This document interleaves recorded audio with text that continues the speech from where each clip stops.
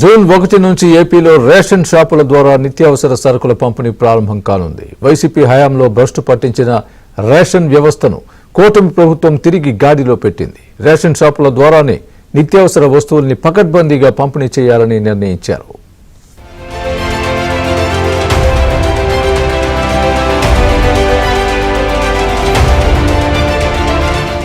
ఏపీలో రేషన్ షాపుల ద్వారా నిత్యావసర వస్తువుల పంపిణీ ప్రారంభం కానుంది. ప్రజల ఆలోచనలకు అనుగుణంగా కూటమి ప్రభుత్వం సరికొత్త నిర్ణయం తీసుకుంది.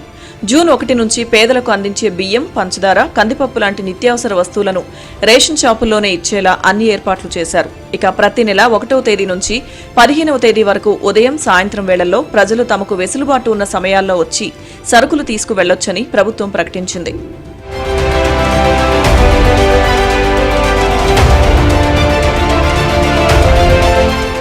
దేశం మొత్తం ఒక రూటు అయితే తన రూటే సెపరేట్ అంటూ వైసీపీ హయాంలో జగన్ రివర్స్ పాలన నడిపించారు. అందులో రేషన్ వ్యవస్థను కూడా చిన్నాభిన్నం చేశారు.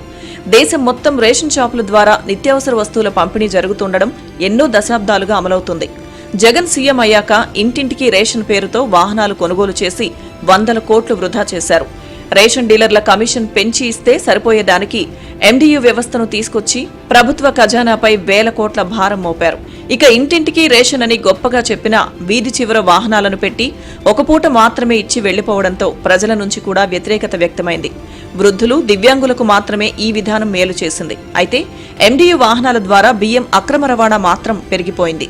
వైసీపీ నేతలే ఆ వాహనాలను ఉపయోగించి పేదల బియ్యాన్ని బొక్కేసి 100 కోట్లు కొట్టేశారు. ఈ వ్యవహారంపై ప్రతిపక్షంలో ఉన్న సమయంలో టీడీపీ, ఇతర పార్టీలు అనేక సందర్భాల్లో పోరాటాలు కూడా చేశాయి.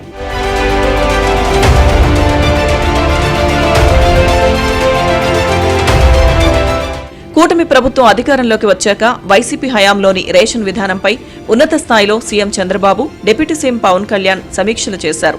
ప్రజల నుంచి కూడా అభిప్రాయ సేకరణ చేపట్టిన తర్వాత ఎండీయూ విధానాన్ని రద్దు చేసి రేషన్ షాపుల ద్వారానే నిత్యావసర వస్తువుల పంపిణీ చేపట్టాలని నిర్ణయించారు.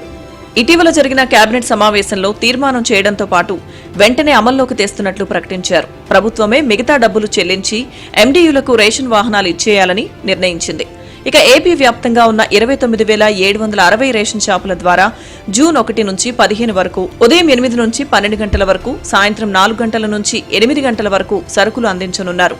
ప్రజలు కూడా తమకు నచ్చిన, వీలు చిక్కిన సమయాల్లో వచ్చి రేషన్ సరుకులు తీసుకునే విధంగా ఏర్పాట్లు చేసినట్లు చెప్పారు.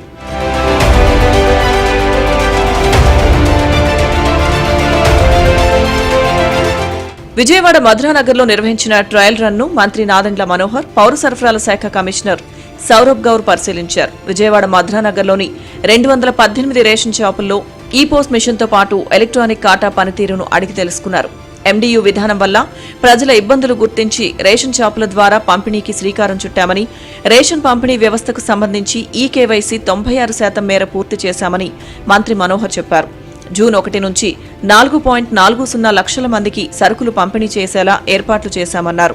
మోసపూరితంగా, కుట్రపూరితంగా ఇంటింటి డెలివరీ చేస్తామని కొత్త వ్యవస్థను తీసుకొచ్చి అనేక సమస్యలు గత ప్రభుత్వం సృష్టించింది. ప్రతి ఒక్కరికి మేలు జరిగే విధంగా ఎక్కడ పొరపాటు లేకుండా రైస్ స్మగ్లింగ్ అనేది ఆంధ్రప్రదేశ్లో జరగనీయకుండా చర్యల్లో భాగంగా ఈరోజు ఈ నిర్ణయం తీసుకుని ముందుకు వస్తున్నాం. ఇంటింటికి ఖచ్చితంగా సరఫరా జరుగుతుంది. దయచేసి ఎవరు ఎటువంటి అనుమానాలు పెట్టుకోబాకండి. జూన్ 1వ తారీఖు నుంచి మేము ఉచితంగా బియ్యం అందిస్తాం.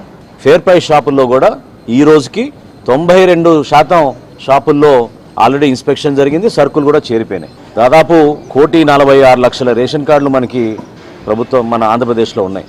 అయితే వృద్ధులు, దివ్యాంగులు ఇబ్బంది పడకుండా నేరుగా వారి ఇళ్లకు వెళ్లి సరుకులు అందజేసేలా ప్రత్యేక ఏర్పాట్లు చేసినట్లు ప్రభుత్వం ప్రకటించింది. గతంలో మాదిరిగా రేషన్ షాపుల వద్దకే ప్రజలు రావడంతో పాటు ఆదివారంతో సహా 15 రోజుల్లో వారికి నచ్చిన సమయాల్లో వచ్చి సరుకులు తీసుకునే వెసులుబాటు కల్పించడంపై లబ్ధిదారులు హర్షం వ్యక్తం చేస్తున్నారు.